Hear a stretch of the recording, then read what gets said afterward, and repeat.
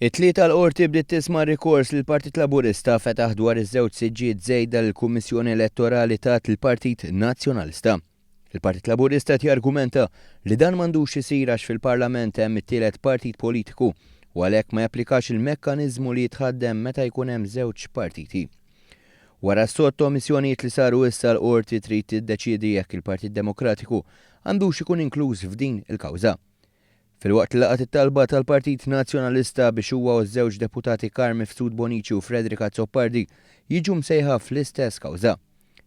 Kien il-kap tal-Oppożizzjoni li għamel rikors biex jipparteċipa l-Partit Nazzjonalista li ma rikors ġie aċċettat mill-qorti. Kien l-avukat Paolo Lija li qed jidher għall-Partit Laburista li talab li jiġi msejjaħ fil-kawża l-Partit Demokratiku minħabba l-partiċipazzjoni u s-sem tiegħu fl-elezzjonijiet ġenerali. La darba, il-Partit Nazzjonalista ser ikun qed jipparteċipa f'din il-kawża.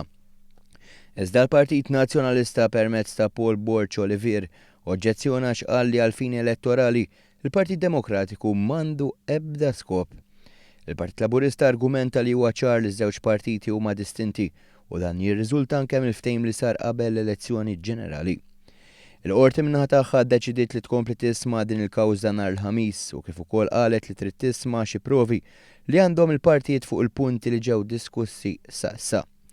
Il-qorti kostituzzjonali hija preseduta mill-Prim Imħallef Silvio Camilleri u l-imħalfin Giannino Caruana De Maio u Noel Kuxkiri.